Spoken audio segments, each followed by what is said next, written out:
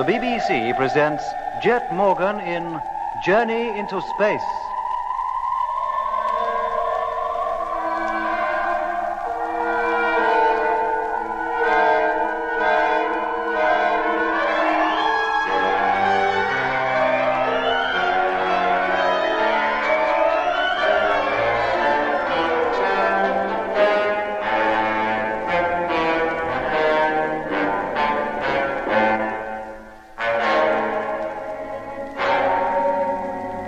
We have now covered nearly 120 million miles of our 6-month-long journey through space to the red planet Mars.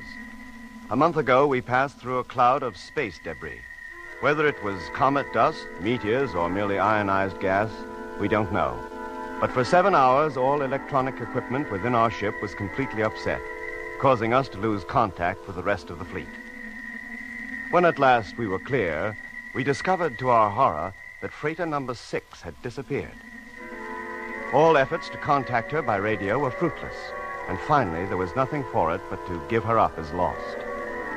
So now, 2 ships had gone, for freighter number 7 had already been wrecked by a meteor and abandoned. And yet our troubles were not over. The cloud of gas, or whatever it was, now lay behind us, and as it formed an impassable barrier to all electromagnetic waves, communication with Earth control was impossible. We expected it to remain so for at least another month, or until the Earth had moved sufficiently in our orbit to be clear of the gas cloud. And then one day, while Lemmy and I were passing an off-duty hour with a game of chess, control was suddenly heard. But after only a few preliminary exchanges, Lemmy declared that the 5-second delay between replies was considerably less than it should be in relation to our position from Earth.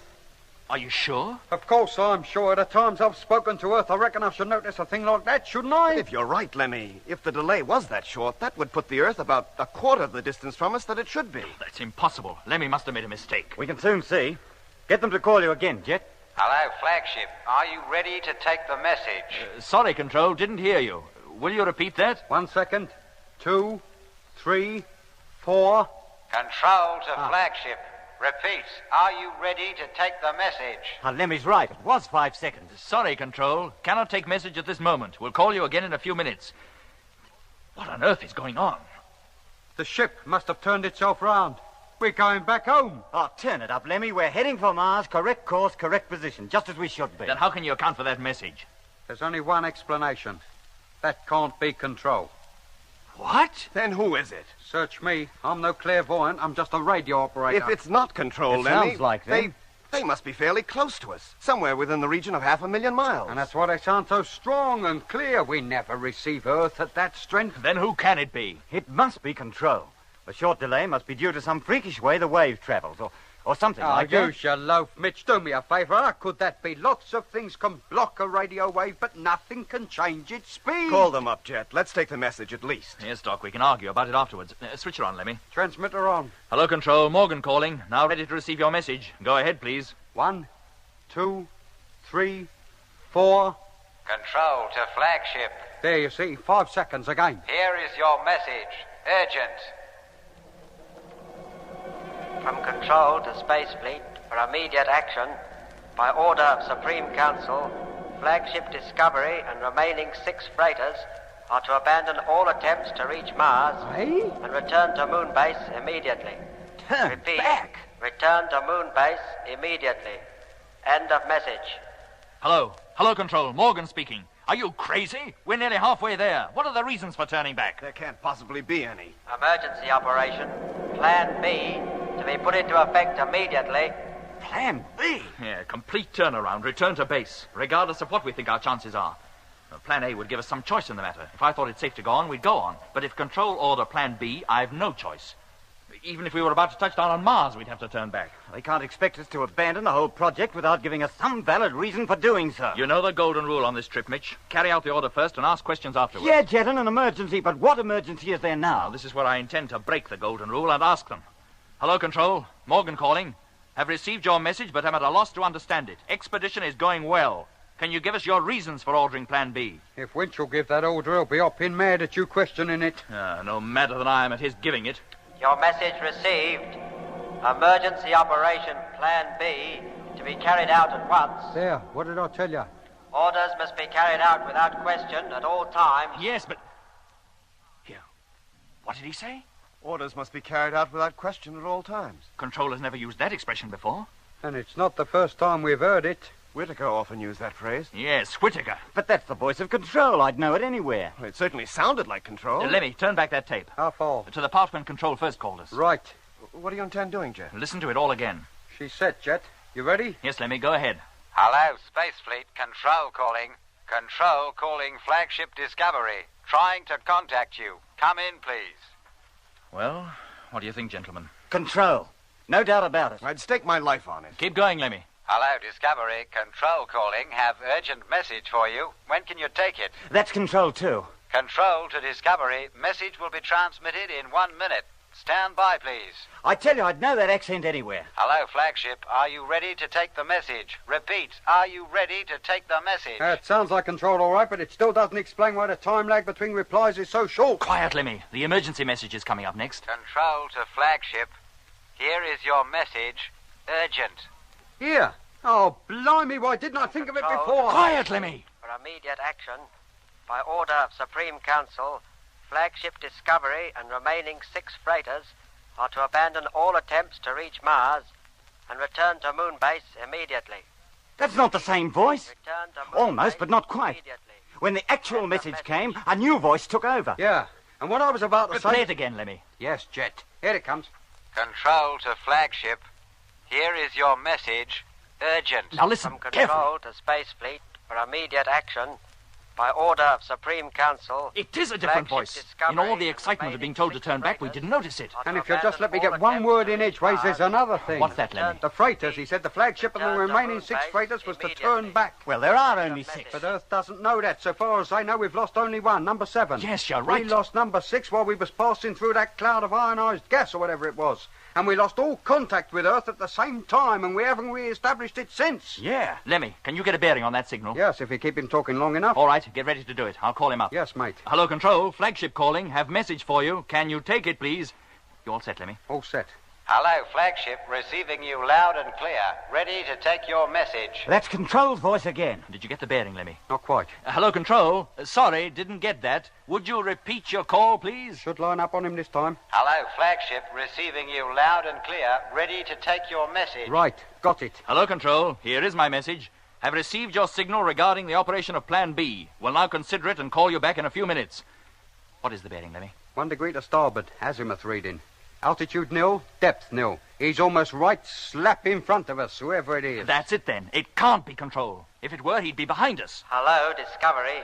Your message received. Aye, aye, there's the mystery voice again. There's no time for consideration. Action must be taken at once, or we cannot be held responsible for consequences. No, he's trying to scare us. Hello, Control. Your message received. Action will be taken on it if and when I think fit. That is all. And you can pick the bones out of that. Well, gentlemen, I think that about settles that. It's not Control. It's someone using the voice of Control in the hope of fooling us into turning back. But who? Whitaker. Who else? He must have gotten ahead of us. But what could he gain from that? He's got one of our ships, hasn't he? But he can't go anywhere in it. Even if he went onto Mars, he couldn't land her. She's not built for it. And if he just keeps going, he'll eventually cover a full orbit, and in a couple of years be back where we all started, on the moon. And we'd be there waiting for him. There'd be no point in that either. And why try to get us to turn back? If I knew, I'd gladly tell you. Oh, what's he trying to do? Wreck the expedition? He must be raving mad. If he were, he'd never have gotten through the psychiatry test. No, there must be some other reason behind it. Something much deeper and stranger than we can comprehend. Something to do with his being born in 1893, maybe. Oh, you don't really believe that, do you? I'm beginning to believe almost anything so far as Whitaker's concerned. The way he behaved the whole time he was with the expedition. The uncanny effect he had on the crew members of the ships he was in. All of it must add up to something. But what? Oh, I wish I knew, Doc. If I did, we might have some idea what to expect next. Well, there's one fellow who can tell you that. Tell you exactly what Whitaker is up to at this very minute. Who's that? Peterson, the pilot of number 6. The last we heard from him, he was yelling for help. Yes, I'd forgotten about him. I wonder if he's safe, even if he's alive. If he were, Jet, he'd have called us up by now on number 6's radio. You're right, Doc.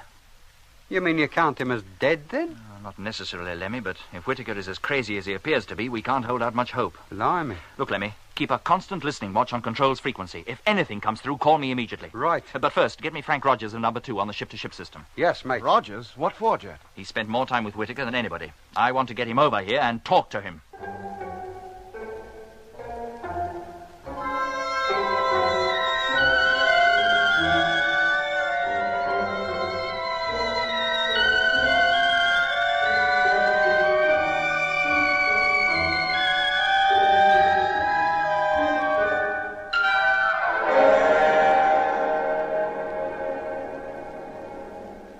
Airlock, contact.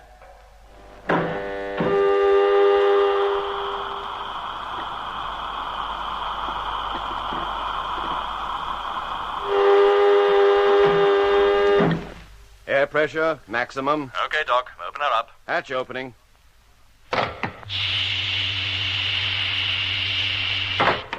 All right, Jet, give me your helmet. Thanks, Doc. How are you, Frank? Fine, Doc, and thanks for the invitation over. First time I've been out of my ship since we took off 8 weeks ago. I'm afraid it's no party you've been invited to, Frank. Huh? You better get your suit off. Then come on over to the control table. We'll talk over there. Yes, sir. Lemmy heard anything more? No, Jet, not a sound. Well, they must realize we've seen through that little game and have given up trying to fool us. With the radio, maybe, but what will they try next? Here, give me your suit, Jet. I'll put it away for you. Oh, thanks, Doc. Captain, here I am. What's the trouble? It's about Whitaker. Oh? You know everything that's happened regarding him. Well, nearly everything. Oh, more than most, I think, sir. But there's plenty you don't know, Frank. That nobody in the whole fleet knows except the crew of this ship. Really, sir? You remember Personnel Section wanted information on Whitaker? Well, you asked him for it while he was still in my ship over the intercom. Mm-hmm. And then I had him transferred to here. That's right, sir. He was sick. Well, so it appeared. Wasn't he sick then, sir? Not in the way you mean. Oh. Then, as you know, I finally had him placed with Peterson in number 6, and number 6 has since been lost. Yes, sir. But less than an hour ago, we believe we had a radio message from number 6. Oh, thank goodness, sir. Are they all right? No, they're not all right. Far from it. What? I said we believed we heard from number 6. Fact is, when we first picked up their signal, we thought we were in contact with Control. Well, how could that be, sir? Well, it was Control's voice we were hearing, at first anyway. But after taking a bearing on the source of the transmissions, we decided the signals were being radiated from a point some 500,000 miles in front of us. Well, then it couldn't be Control, could it, sir? Not in 1,000 years. We believe it to be number 6. And we also believe Whitaker to be behind the messages we were receiving from her. Well, may I ask what they were, sir? Orders to turn back. This isn't a joke, is it? It's no joke. Far from it. Listen, Frank. We've no way of discovering the reason for Whitaker's odd behavior, except by finding out all we possibly can about him. Now, you spent a month alone with him. Well, about the most uncomfortable 4 weeks I've ever spent with anybody, sir. I complained to Lemmy about him. Yes, he told us, but we thought Whitaker merely had a bad dose of space sickness and would soon get over it. The little time he spent in this ship proved it was something more serious than that. How did you stick it as long as you did? It was a case of having to. Tell me, Frank, just what did Whitaker do that upset you so much? Nothing. Nothing?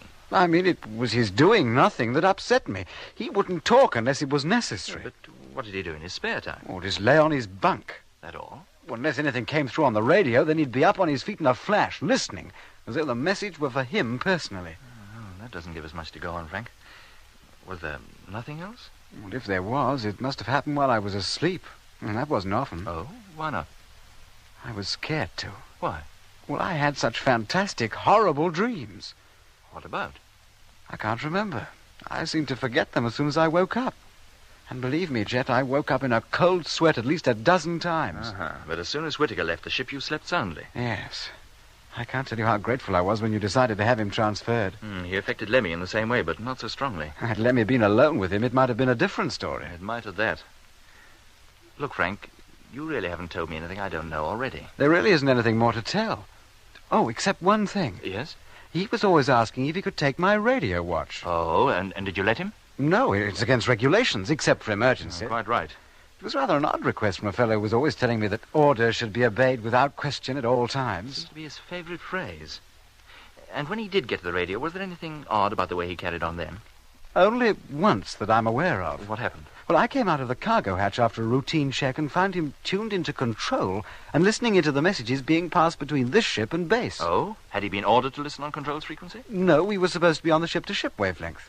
And the other odd thing about it was that he'd recorded everything Control had said. Only Control's transmissions, not ours? No, Jet, Control's only. Did you tackle him about it? Yes. What did he say? Well, he said you'd called him up and asked him to keep a check watch on Control as reception wasn't too good and you didn't want to risk not hearing anything vital. How long ago was this, Frank? Well, about 2 weeks out from takeoff. Well, it is possible. One ship is often detailed to keep a double watch on Control. We'll check up. Can you let me have the actual date? Oh, when I get back to the ship I can. Or we could call Grimshaw and ask him. No, I'll wait until you get back. Look, Frank, I don't want a word of this mentioned to the rest of the fleet. Is that clear? Yes, sir. Meanwhile, if you think of anything else that might have a bearing on all this, call me up, will you? I will, sir. Well, that's all. Oh, have you eaten? Oh, yes, just before I came over, thank you. Very well. I think you better get back. We don't want to leave Grimshaw alone in number 2 any longer than we can help. And thanks for the chat, Frank. What you just told me may well prove very useful. Thank you, sir.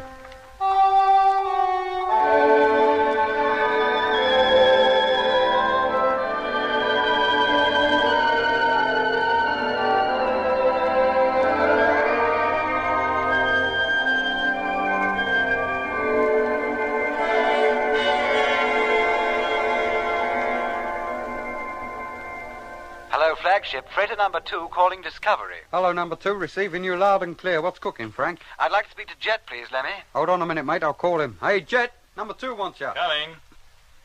Hello, number 2. Morgan here. Oh, Rogers here, sir. I've checked back in the log to the date in question. It was April 22nd, 13 hours, Universal Time. Oh, good. Hold on a minute. Lemmy, look up the handwritten log, will you? April the 22nd, 1300 hours. Right. April. 6th, 8th. Here we are, April 22nd. Were we in contact with base then? Yes, Jet, for 20 minutes. Who was keeping check watch? Freighter number 4. Thanks, Lemmy, that's all. Hello, Frank. Can you hear me? Yes, sir. We've just checked with the log. Check watch was kept by number 4. I thought that might be the case, and I took the matter a little further. Oh, how? I checked back on the recorder to that date, too. Well? The recordings of Control's messages during that transmission are missing. You mean he didn't record them after all? Oh, yes, he did, sir. But the tape has been cut, and that particular section removed. Has it? Well, that proves a lot. Nice work, Frank, and thanks. Thank you, sir. Hey, Doc, Mitch. What's up? Just as we thought. That was the voice of Control we heard at first. Whitaker was relaying it from number 6. He did take the tapes with him then. Yeah. He must have kept them in the pocket of his crew suit. He probably had a good deal more stuff open in number 2 as well, that he had to leave behind, and that's why he was so upset when I told him he wouldn't be going back there. If he had, it'd have been number 2 that would be missing now. Yes. When I transferred him, he had to change his plans. Still, one ship serves as well as another. He was in number 6, so he took number 6. And when he got far enough ahead of us, he played the tapes over the transmitter, trying to kid us into thinking it was Control, and then gave us that phony message about our having to turn back. Well, it didn't come off, did it? No, it did not. Yeah. I wonder what other crafty schemes he's got up his sleeve. Goodness knows. But we'd better be on the lookout. Anything might happen. I'm going to tell the entire fleet the whole story of Whitaker as we know it, from start to finish. Warn them to be ready for anything. Are you sure that's wise, Jet? Yes, Doc, I am. We've kept back most of the information we have on Whitaker because it seemed too fantastic to be true, but... Well, now I'm not so sure. You don't mean you believe that stuff Earth told us about him? The way he's carrying on, Mitch, I'd believe anything. I wouldn't even be surprised if he had something to do with that meteor swarm or whatever it was we passed through. Oh, now, Jet, that's carrying things a bit too far. Well, he certainly seemed keen enough to plow through it, remember?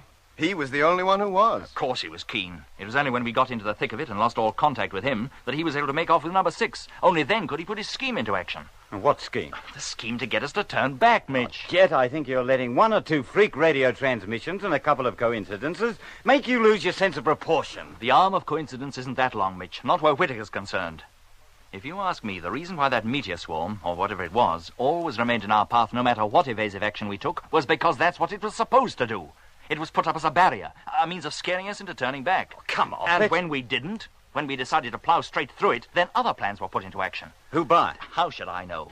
But we're not turning back. Too right we're not. We'll get to Mars. And neither Whitaker nor anybody else will stop us. Let me call up the fleet. Every ship. I'll talk to them. Yes, Jet. They might as well know the truth. The whole truth. And they might as well know that come what may, we're pressing on. We set out to reach Mars, and we're going to. Hello, Space Fleet. Flagship calling Space Fleet. Have urgent message for all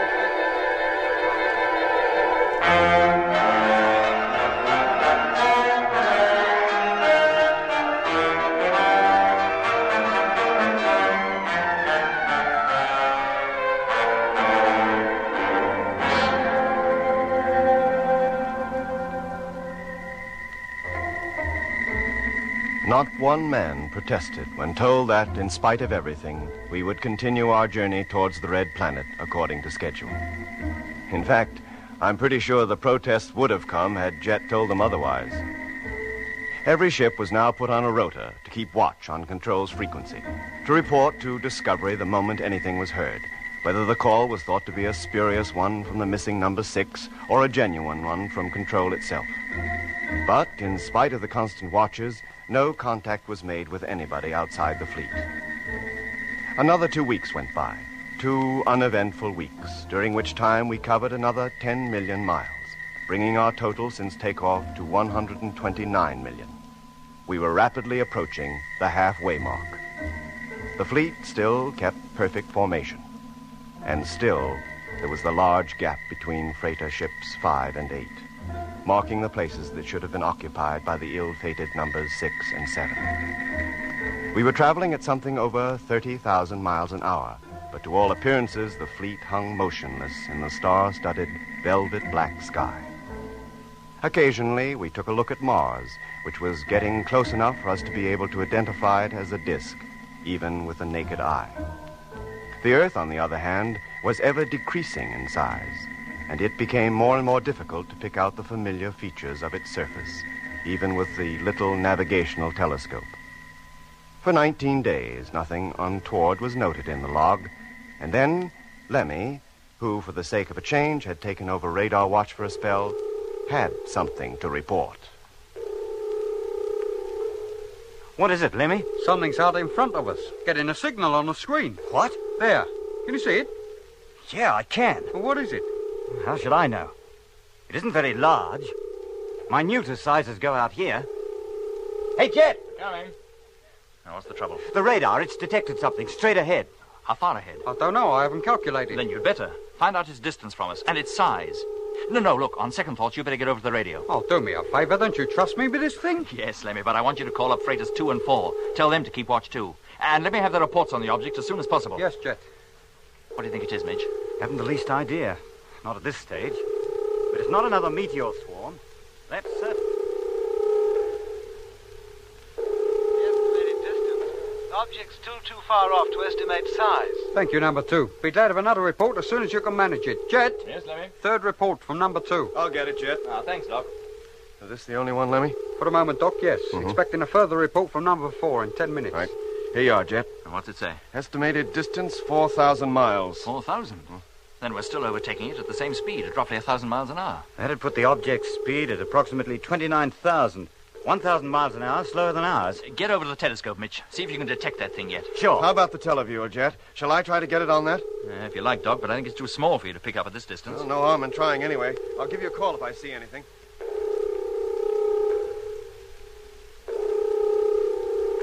Any luck, Mitch? Not yet. Oh, we should be seeing something now through the telescope anyway. Latest calculation puts it at less than 2,000 miles away, much less. It's possible that I am seeing it, but don't know it. It wouldn't be much larger than a pinpoint. With those stars in the background, Say, wait a minute. Well? Something here, I think. Spot of light a little bigger than it was 10 minutes ago. Any idea what it is? Not yet. Have to wait till we get a bit closer. Did you hear that, Doc? Yeah, Jet, but I don't see anything on the televiewer yet, I'm afraid.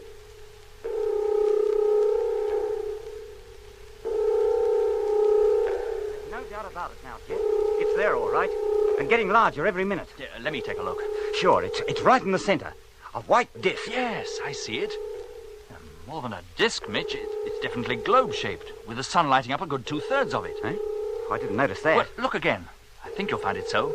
Yeah. And meanwhile, I'll get over to Doc, see if he's picked it up yet. Okay. Have you got it, Doc? Yes, I think so, Jet. Look, isn't that it? I've been watching it closely the last quarter of an hour or so. It's certainly increasing in size. Yes. Through the telescope, it's globe-shaped. Huh? Well, then what on earth can it be? I wish I knew. I could then decide whether it would be necessary to take evasive action.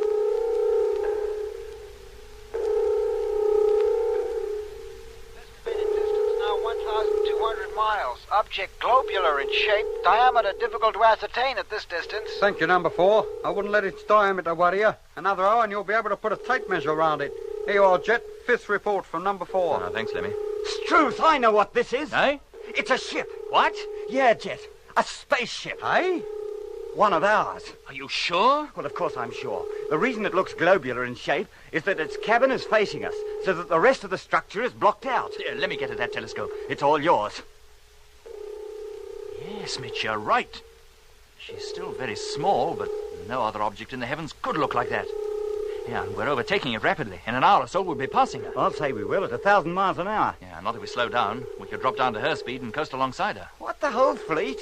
Oh, think of the fuel consumption, Jet. No, Mitch, not the whole fleet, just us, Discovery. But if it's number 7, she's just a wreck. It can't be number 7. We couldn't possibly have overtaken that yet. You mean it's number 6? With Whitaker aboard? Unless there's another fleet of ships out this way, who else could it be? But 2 weeks ago, she was nearly 500,000 miles ahead of us. Well, something must have slowed her down, and we've been gradually catching up on her. Well, to get alongside her, we'll have to slow down too. We'll have to turn the ship over to do that. Oh, that's not difficult. You mean you intend to let the rest of the fleet go coasting off on its own? Oh, we can catch up on it later. Look, Mitch, if that is number 6, Whitaker must be aboard her. And I want to know why he went speeding off on his own. Why he sent us that stupid message that was supposed to be from control. And I want to know what happened to Peterson, too. All right. If that's what you say we do, we do it. Lemmy. Yes, Jet. Get me the pilot of freighter number 1. Right. I'll put him in charge of the fleet until we overtake it again. You sure he can handle it? Well, why not? He's been trained for it, and there's nothing for him to do but keep going. We'll be in constant radio communication. Well, time's getting short. You better get hold of Doc and get ready to turn the ship over.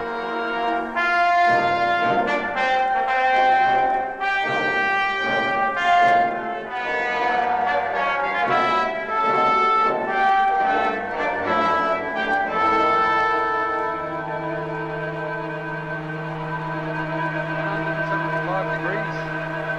176. 177. 178. Gyro number 1, stand by. Standing by. 179. 180. Cut gyro.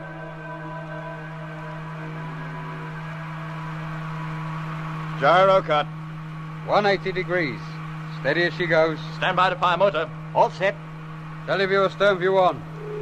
Ship in full view. And it is number 6. Ready, Mitch? Now, fire! Contact. So long, boys. See you later.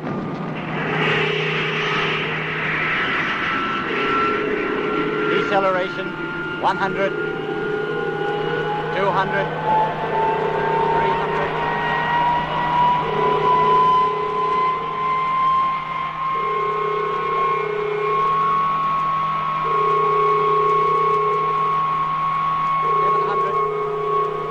800, 900, 1,000. Cut the motor. Motor cut. Oh, nice work, Mitch. Right alongside her. Cut the gyro, Doc. Gyro cut. Unfasten your safety straps. Right. Now, Lemmy, as soon as you're ready, open up the radio. Tell number 1, maneuver successfully carried out. Then call up number 6. See if you can raise them. Yes, Jet. Hello, number 6. Hello. For the last time, this is Flagship Discovery calling. Come in, please. It's no good, Jet. Either he don't hear us or he doesn't intend to answer. He can hear us all right, if he's in there. Where else could he be? All right, Doc. Put your suit on. Hey? Oh, wait a minute, Jet. You don't intend going over there, do you? Not before you know everything's all right in that ship. What other choice have we? But the door isn't even on this side. Before you reach it, you'll have to pass out of our sight. The radios will be on. You can talk to us. Well, if you say so, but I'll tell you, mate, I don't like it. Might be a trap, a trick to get you in there. That's a chance we'll have to take. All right, Doc. Let's go. Hatch opening.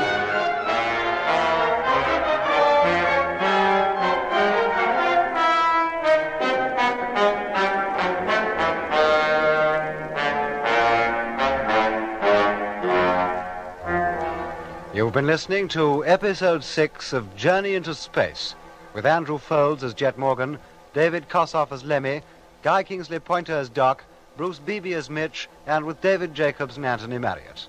The orchestra was conducted by Van Phillips, who also composed the music.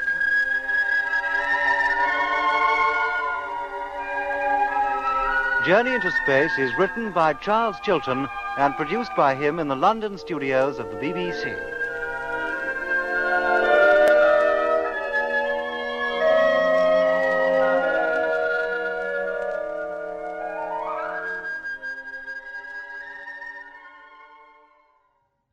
Enjoying the timeless classics on Golden Age Radio?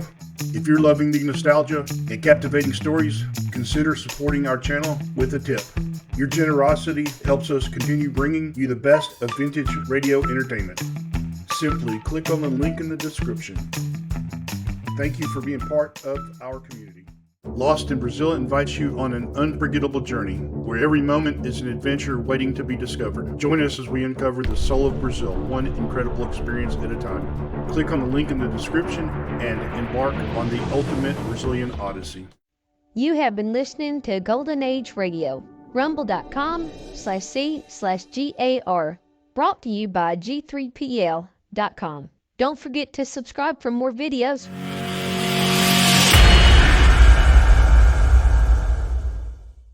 I would like to extend my sincere gratitude to Old Time Radio Research Group for their remarkable efforts in preserving and archiving the captivating world of old-time radio programs.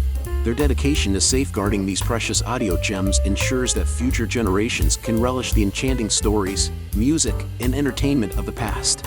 Their invaluable contribution allows us to step back in time and experience the magic of radio history firsthand. Their link is in the description below.